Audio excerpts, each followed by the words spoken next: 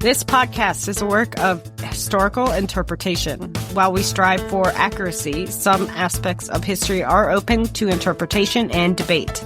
Thank you for listening. So, Renee, you ever order a croissant and then bite into it and realize it's basically a hot dog wrapped in sadness? Ew. Are you talking about that one from the gas station in Ohio? We won't name names. I mean, yeah, it was shaped like a croissant, and it even whispered Paris before it dissolved into despair. We've all been there. The American menu has a talent for taking international foods and turning them into, well, vibes, sort of. It's like a game culinary telephone. Someone whispers chana masala on one end, and what comes out on the other side is spicy chickpea deep dip on avocado toast. Which sounds really good, actually. Or Greek food becomes extra feta on a $16 salad with iceberg and sadness. I'm not paying $16 for a salad. I'm sorry. No, Maybe a seafood make salad with like... Oh, speaking of which... Oh my God. I'm broke. It's back to school. I had to buy new Christmas lights for my classroom. And here's the kicker. Most of us grew up thinking these mutations were the real deal. Chicken tikka masala, American. French fries, Belgian. Greek dressing, invented in Chicago. And don't get us started on international buffets. Which are somehow 80% macaroni and cheese and garlic bread. But this episode isn't just about pointing fingers. It's about uncovering the stories of how global dishes came to the U.S. and how we kind of broke them. Or reinvented them, or misunderstood them, or just covered them in ranch. Sounds typical for you. I do like ranch, but I don't cover everything in it. Okay, almost everything. I've never seen you dip chocolate in... Oh, there was that one time. I did what? So pull up a chair. This is Time Tellers, and we're serving you the full course truth. No substitutions. Unless you want your non-gluten-free, then we've got questions. So let's start with arguably the king of British Indian American confusion, chicken tikka masala. Ooh, spicy, coming in hot. So here's the thing. Chicken tikka masala isn't a traditional Indian dish. Not the way people think. It's like if you asked a French chef about Alfredo sauce and they just blink at you in horror. Legend has it that chicken tikka masala was invented in the UK, Glasgow actually, in the 1960s or 70s. A Bangladeshi chef had a customer complain that his chicken tikka was too dry. So he dumped tomato soup and cream into the pan. Boom, history. Wow. And that dish, it spread like wildfire. The UK declared it a national dish by the 2000s. And then America came along, as always, and said, great, let's microwave it. Which, by the way, I finally took my microwave into my classroom. I've only been driving it around in my car for 4 months. Wow. Frozen dinners, fast casual chains, and curry bowls started popping up across the U.S. But most were toned down, less spice, more sugar, and way more cream. So instead of complex layers of cumin, fenugreek, turmeric, cardamom, you get mild curry flavor. Which is like describing Queen as a band with a guy who sings. It's technically true, but wow, did you miss the flavor? Let's talk about curry powder, because here in America, it's a thing. A dusty yellow spice blend you find in the back of your pantry. It's the bottle with the weird plastic lid that never opens right. Exactly. But guess what? What? There's no such thing as curry powder in Indian cuisine. Yep, the idea of a one-size-fits-all curry spice mix was invented by British colonizers to simplify and package Indian food for export. So they took hundreds of regional variations of masalas, dried them out, mixed in turmeric and black pepper, and sold it in tins. And suddenly, everything with turmeric and cumin becomes a curry. We lost the nuance. Garam masala, chop masala. I'm horrible at any pronunciation. Sampar. Sampar powder, all totally different. It's like saying jazz and then playing the ringtone from your microwave. Microwaves have ringtones? Mine just goes beep. Mine I can program the sounds on. It can do whatever alarm I tell it to. Huh. Okay. Mine plays hot stuff. Appropriate. Exactly. Curry powder is convenient, but it's a culinary colonization shortcut. Okay, real talk. I love Indian buffets. Same. I'm not going to pretend I haven't gone back for thirds of palak manar and samosas. But you know what's not very Indian?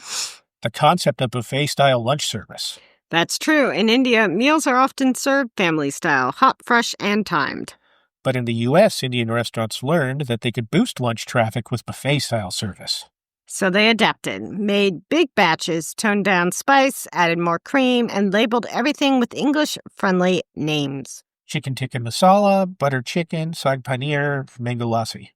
You won't see too many names like Bangan Bartara or Korea Sabzi on the buffet line. Why didn't you open your pronunciation guide? It's not bad, it's just simplified. Indian food is one of the most diverse culinary traditions in the world, but you'd never know it from the average American buffet. Okay, big question. French fries, French or not? Spoiler alert, thanks to the intro, they're Belgian, or maybe Spanish, but definitely not from a Parisian bistro with a guy in a beret yelling, "Oui, oui."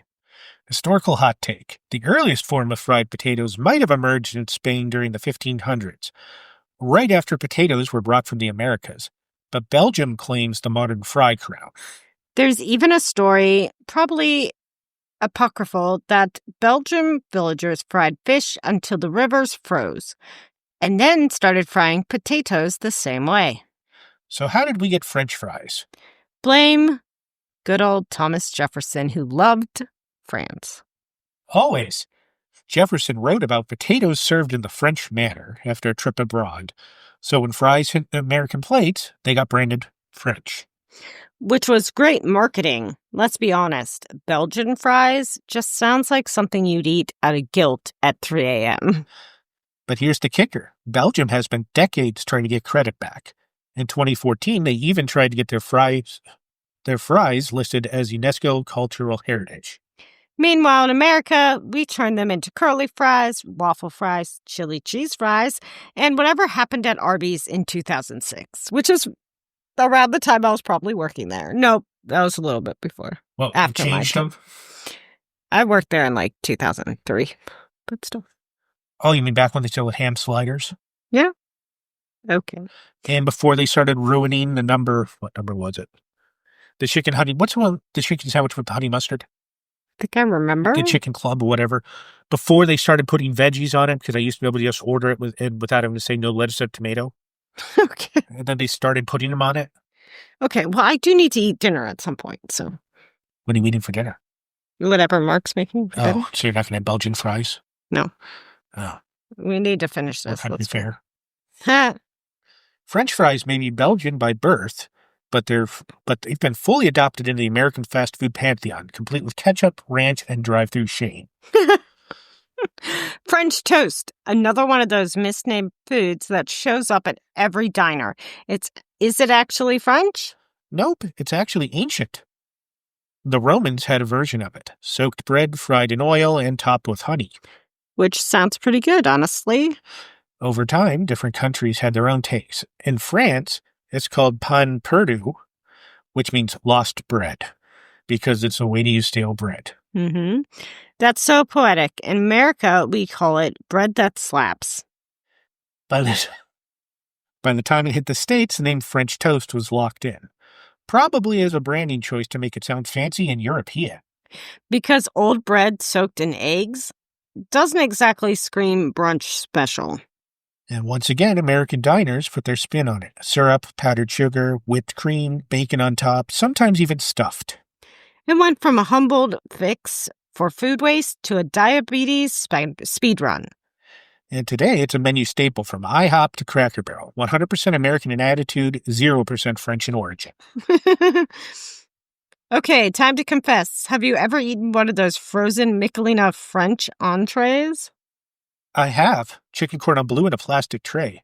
Tasted like regret with a Bacchus finish. It has often become my lunch at school. Frozen meals in the 1960s and 70s started using European-sounding names to make things feel upscale. veal parmesan, chicken Kiev, and beef burgundy, to name a few. Which is hilarious because none of those things could survive 9 minutes in a microwave without turning into sponge meat. It wasn't about authenticity, it was about aspiration. Exactly. Marketers realized Americans wanted to feel worldly, but still eat on a TV tray in their socks. So they sprinkled in French, Italian, and vaguely Eastern European words like a garnish. And now, even to this day, you can walk into a supermarket and get stuffed rigatoni Florentine for $2.49. Which sounds like an opera and tastes like beige. So Greek fruit. You'd think it's all olives, fresh herbs, maybe some grilled fish with lemon, right? But if you grew up in America, especially in the Northeast, you probably associate Greek food with two things: the diner gyro and that magical red Greek sauce, which we have talked about.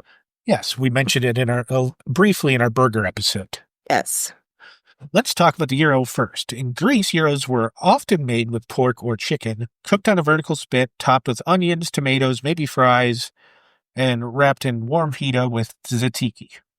But in the U.S., it's beef and lamb loaf, compressed meat cone, shaved thin, and slapped on a pita with lettuce, tomato, and that sauce. And depending on where you are, that sauce might not be tzatziki. Enter Erie's famous Greek sauce. If you know, you know. Erie, Pennsylvania has its own spin on Greek-American cuisine, and it all revolves around the spiced meat sauce. You'll find it on hot dogs, gyros, burgers, maybe even pancakes if you ask nicely. Well, it's not quite chili. It's not quite bolognese. It's like Greek taco meat that went to college. The real OGs know from places like New York Lunch, Zodiac Diner, or Greek Dog. Yep. I go to New York Lunch at least once a month because it's right across from my school. Some recipes include cinnamon, cloves, paprika, garlic. It's savory, a little sweet, and deeply spiced. It's the taste of Friday nights on State Street. I had a job. It's Greek to me, that restaurant on State. I worked there during college. Oh, I remember that one. Yep.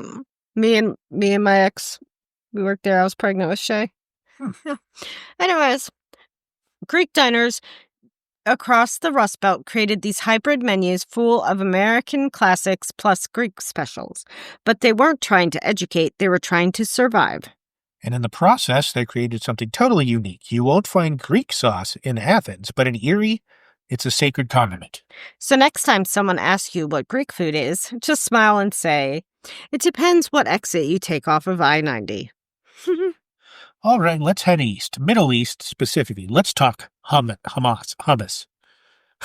I had to make the Borat reference, sorry. Oh my God. Oh, wait, was that Borat or was that, I have no idea. No, it wasn't Borat. It was Bruno, where he made the hummus joke with somebody from Israeli intelligence. Oh, that was smart. Which here in the U.S. has become the yogurt of dips. It comes in 700 flavors, and half of them are lies. Pumpkin spice hummus, chocolate hummus, cinnamon toast hummus. Somewhere a Leviton grandmother is weeping into her olive oil. Hummus at its core is simple. Chickpeas, tahini, lemon, garlic, olive oil. It's eaten across Lebanon, Syria, Palestine, Israel, and Egypt. I do like hummus. But America decided it was healthy, and the health food industry grabbed it like a pita chip. Then came falafel, deep-fried chickpea balls that became the darling of vegetarian menus. Except now they're often dry, baked, or stuffed into wraps next to kale and quinoa. Don't get me wrong, it's great that these foods found new audiences, but we often treat them like blank slates rather than dishes with deep regional meaning. It's like we're playing culinary Mad Libs. Take Middle Eastern dish, remove spice, add ranch.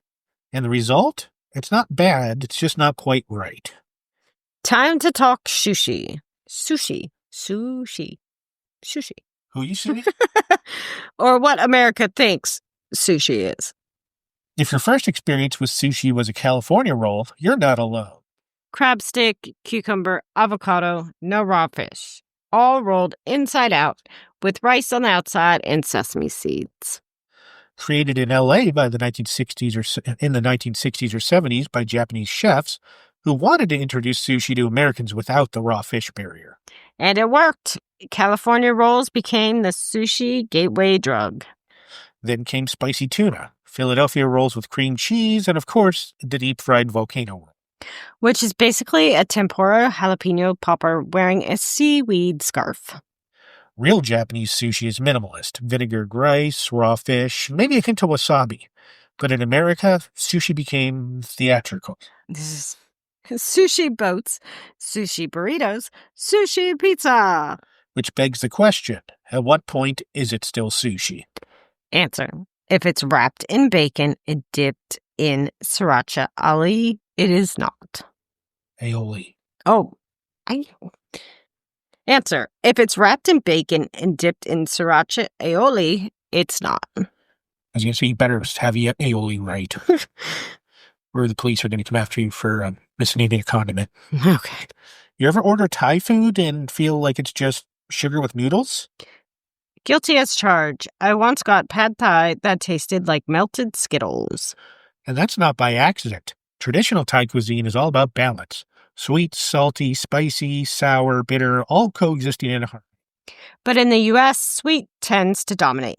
Because we love sugar, it's the national flavor. Officially. No, not officially. Yeah, we can't have an official flavor. It's Big Macs. Pad Thai is the perfect example. In Thailand, it's subtle, nuanced, tamarind forward. Here, it's orange sticky and comes with a packet of crushed peanuts and sometimes a wedge of lime that's just there for looks. American Thai menus also lean hard on a handful of greatest hits. Pad Thai, drunken noodles, red curry, green curry, and that's kind of it. Which is a shame because Thai cuisine is insanely regional. Northern dishes like khao soi rarely make it on the U.S. menus. It's like going to a dinner and only ordering pancakes and fries. That doesn't seem like a good combo. No, first of all, I didn't say that line right. I know you didn't. It's like going to a diner and only ordering pancakes and fries. Like you're my 7-year-old. Huh. And spice levels, don't get me started. Mild, medium, and Thai hot are not universal standards. Sometimes Thai hot means napalm. Sometimes it means they wave a chili at your plate and call it a day. But like many immigrant cuisines, Thai food in America is shaped by survival. Make it palatable, make it marketable, and maybe tone down the fire so someone's uncle doesn't write a Yelp review titled, "The Soup That Betrayed Me." Now let's talk fusion. Ah yes, the culinary buzzword of the 90s that never left. Fusion is what happens when chefs say, what if we did both?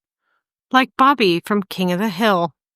The remake. The remake. Or a reboot. Reboot, yeah. So good. So good. Sometimes it's awesome. Korean tacos, love them. Sushi burritos, surprisingly solid. But other times, it's like they pulled cuisines out of a hat. Tonight's special is Moroccan lasagna with miso bechamel and pickled pineapple. Some fusion is intentional, like Rochoi's Kogi barbecue, which combined Korean flavors with Mexican street food. Genius. But a lot of fusion in the U.S. is accidental. It's what happens when immigrant chefs have to cook with American ingredients or adjust to American tastes. Or when the corporate test kitchen decides, we need something new that sounds ethnic, but not too ethnic. So we get things like teriyaki burgers, tikka masala pizza, and ramen with cheddar cheese. Which, side note, is actually legit comfort food in Korea. But that's another story. Is that just mac and cheese? Fusion's not inherently bad. It reflects how cultures collide, blend, and evolve. But it's worth asking who's doing the fusion. And are they honoring the source or just riding a flavor trend?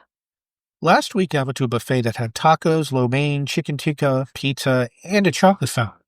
So every international food stereotype under one sneeze guard? Exactly. The modern buffet is America's culinary melting pot made literal. Buffets are fascinating. They don't just reflect variety, they reflect value. The more cuisines, the better the perceived bang for your buck. Which is why you end up with sushi next to meatloaf on a tray labeled chicken Florentine that looks suspiciously like Big Ziti. It's not about authenticity, it's about offering everything so no one complains. Oh, people still do. Yes, they do. But that is a side effect. Cuisines lose their context. You're not thinking about the culture behind the dish. You're thinking about whether it's worth walking back for thirds. Buffet are culinary karaoke. Everyone gets a turn, but not everyone hits the right notes. It's breakfast, the most important meal of the day, and arguably the most violated. Let's start with bagels. Once a sacred New York Jewish staple, boiled, baked, chewy, glossy. Now, you can get them blueberry-flavored, stuffed with cream cheese, rolled in cinnamon sugar, or, it was sold as a bagel thin. Which is like a pancake with imposter syndrome. And then there's a croissant. I did not pronounce that properly, but I don't care. What's the flaky, buttery darling of French? Yeah, I can't Patisseries? Yes, that word. Now it's a sandwich vehicle at Dunkin'. Croissant breakfast sandwiches. Oh, no, you didn't pronounce it right. Croissant. There we go. Croissant breakfast sandwich with egg and bacon. Delicious. Authentic, not so much. In France, croissants are Sorry. plain or with a bit of jam.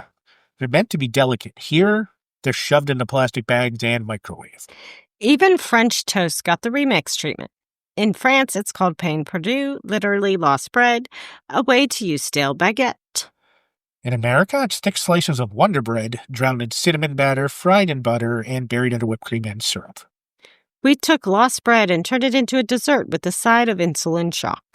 So many of our breakfast staples have international roots, but in the U.S., they became calorie-laden mascots of convenience. We should have talked about the... We don't have time. No, we don't, but I'm thinking of eggs. Never mind. What about 1776? Let's flip the spotlight for a second. Good call, because while we're dunking on bastardized food, we also need to recognize the people who brought these cuisines here. Immigrant chefs, street vendors, family restaurant owners. They were the ones translating home recipes into something Americans would try.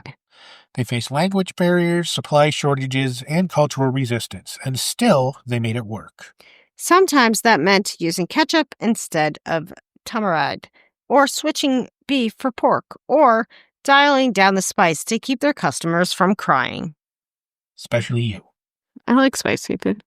I'll remember that. But they built the foundation. They normalized foreign food one plate at a time. They also trained entire generations of chefs, sometimes behind the scenes, cooking in fine dining kitchens without getting their names on the menu. And now the children and grandchildren of those chefs are reclaiming those traditions, opening restaurants that highlight authentic flavors and stories.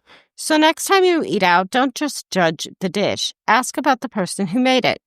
Because chances are their story is just as rich as the curry on your plate. Okay, we have to talk about dessert because American dessert culture is its own beast.